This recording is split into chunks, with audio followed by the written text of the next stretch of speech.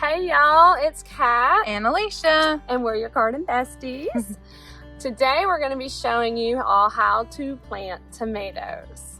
And a little background on us: we are garden coordinators at our local elementary school learning garden, and we've been doing that for about 5 years now. Yep, 5 years. And we found that the best way to garden is with your best friend.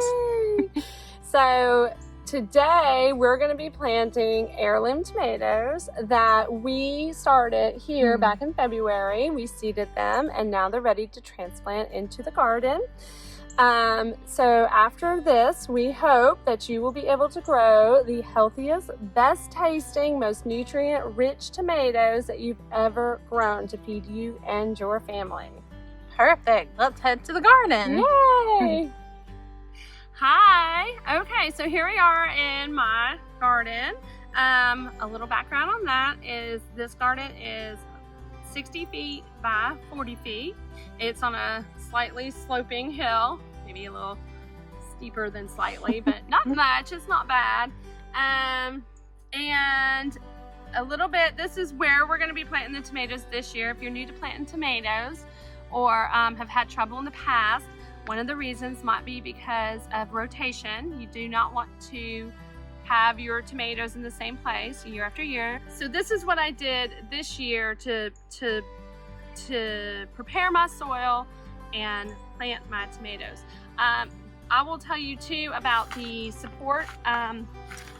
We talked about support in the class. Whoa, support. This is the way I do mine. It's custom built. It's 8 feet long.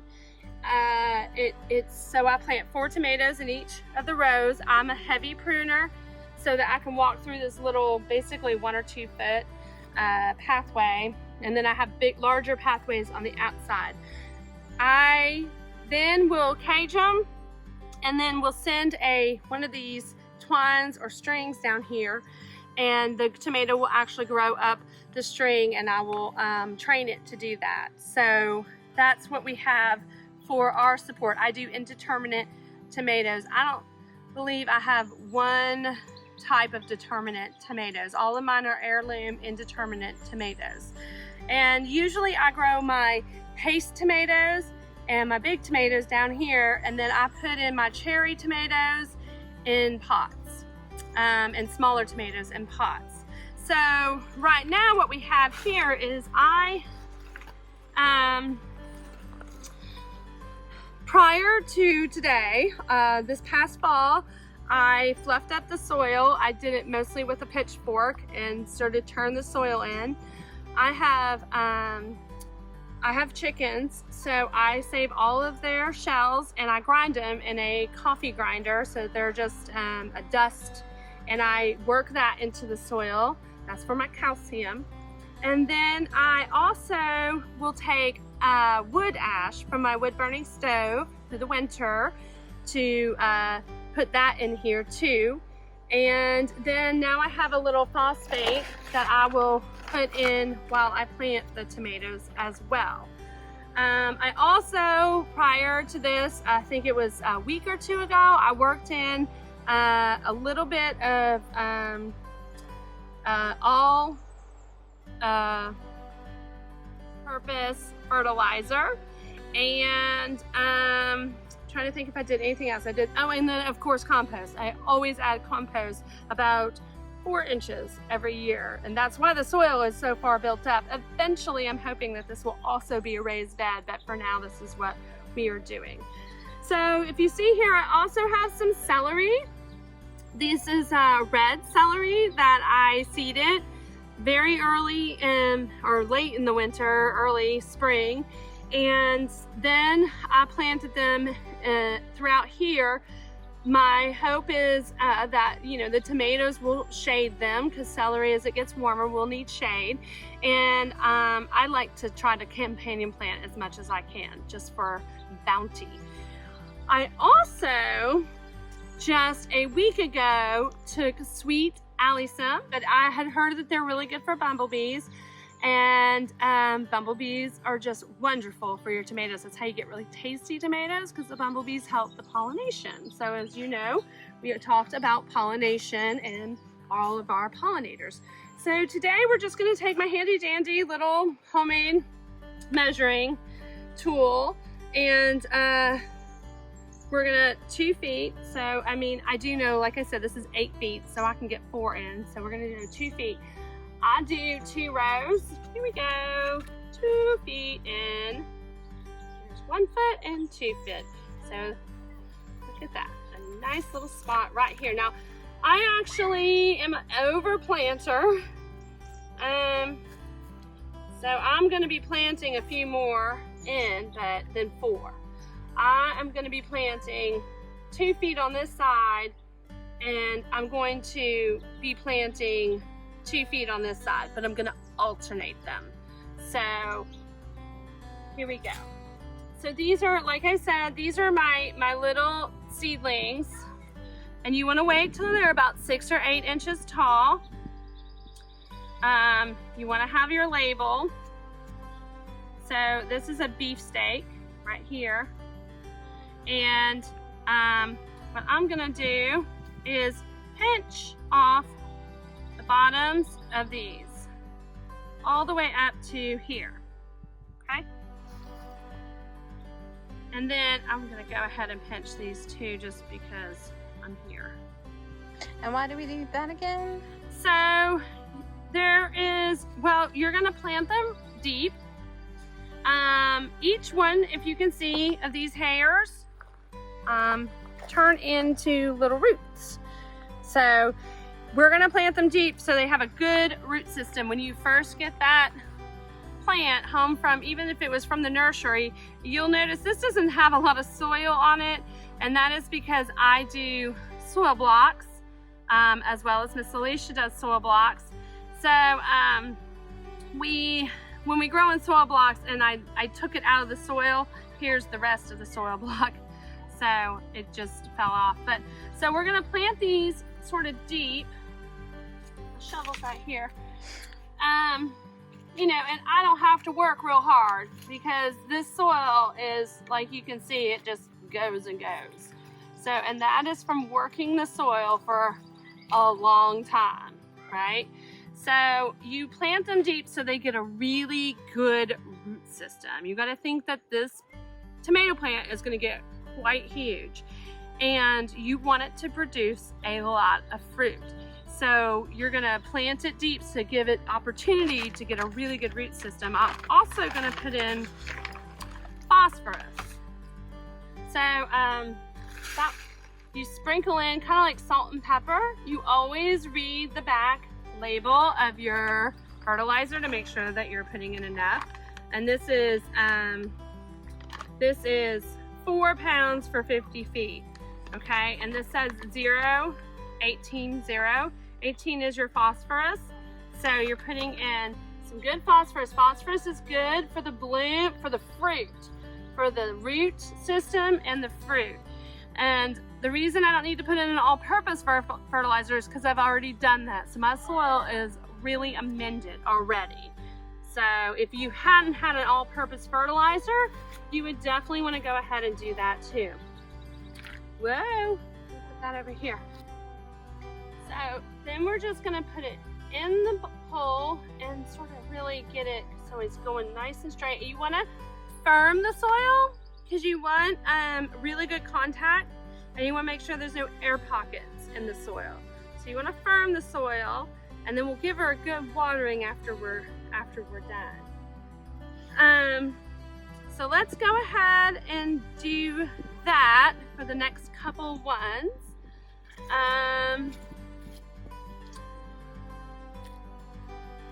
Here we go. We have a beefsteak here. He's absolutely beautiful, and they do recommend 6 to 8 inches is a good time to put them in. You want to wait for your soil to be warm, because if it's not, your plant will struggle. Plants do good, tomato plants do better in warm soil. And if you notice, I have no mulch out here yet, and you might be saying, well, I know you're supposed to mulch tomato plants, so why is there no mulch?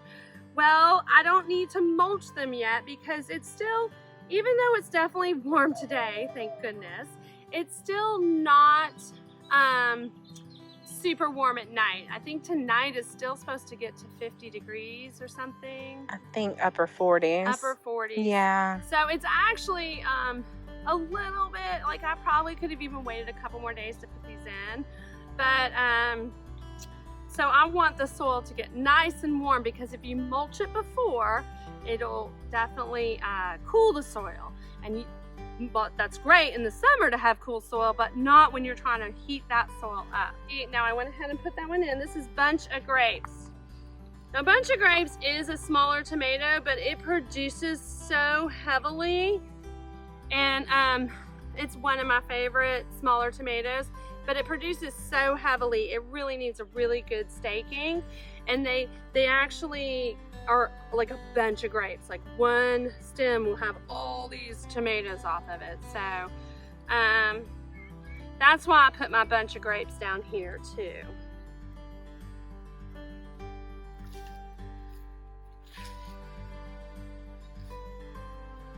So we'll do that.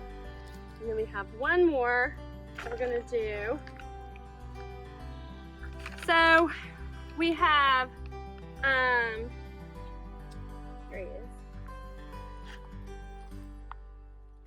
This is the paste tomato, Amish paste.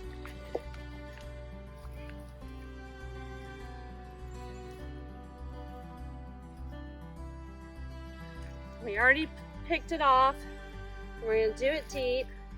And then we're gonna give them a really good soaking, because that's gonna give, again, that no air pockets in there, and you wanna really get it nice, like give it a good tuck it in to make sure there's no air pockets and there's good contact between the soil and the stem.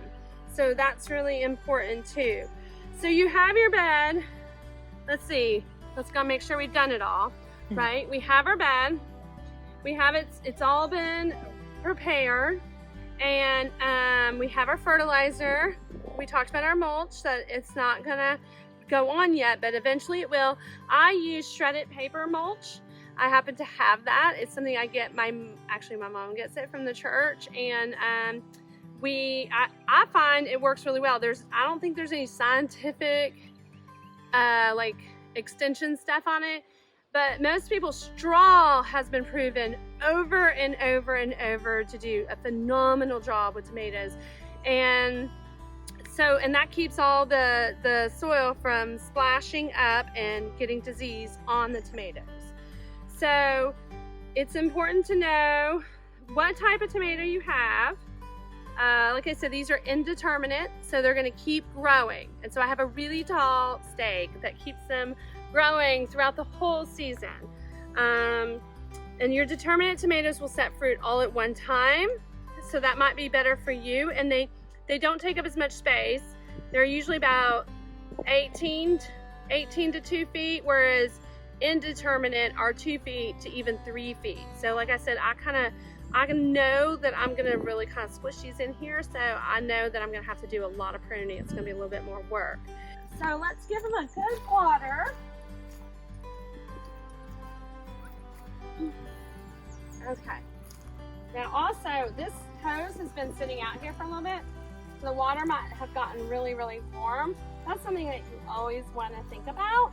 If your hose is sitting out, because my hose goes all the way up to the house, so if your hose has been sitting out, you want to make sure that you let the first part of it run off. Sometimes I just do it somewhere where I think that it's not like, like here, there's nothing planted. But you don't want to scald any plants. And especially when you're first watering your little tomatoes, they're going through a transplant, they're very, very young, and they're very tender, so you want to sort of come close and just give them a good water, sort of close.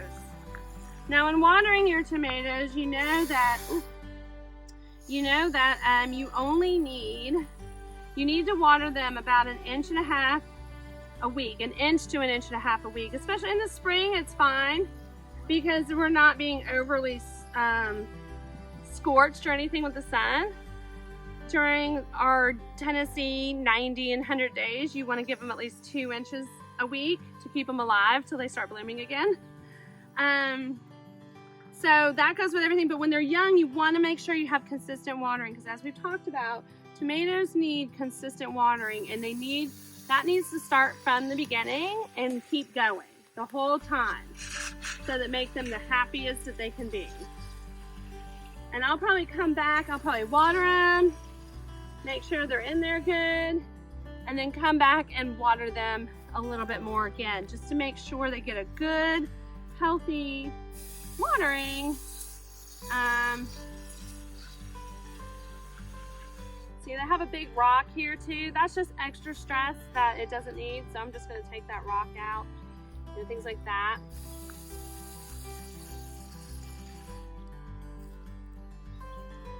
You want to make sure that your beds are really weeded. Weeds are one of the biggest problems for home gardeners. You know, for weeds, basically what I do is just make sure I walk my garden every day. If you walk your garden every day, you're going to pick up some weeds. I read a long time ago from somebody that was like, you know, trying to fix my life, that if you weed 10 minutes a day, that, you know, you won't have anything to weed anymore. So you just weed 10 minutes a day and that's it. That's just in your lifestyle. Well, I started that, and I have to say, I still have a fairly, like my mother would point out my garden still has a lot of weeds.